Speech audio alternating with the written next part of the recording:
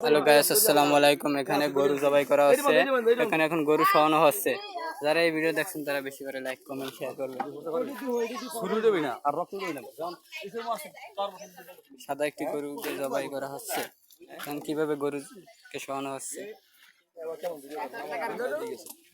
আসতে কইল হয় স্পষ্ট কি বলতে চলে এখানে অল্প অল্প গরু ছোট, তাই জন্য অল্প অল্প লোক।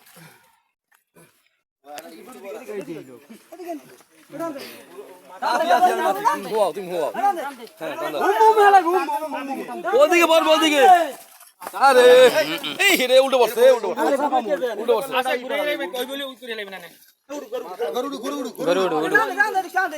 গরু একটা গরু হয় এরকম করে লাগে যদি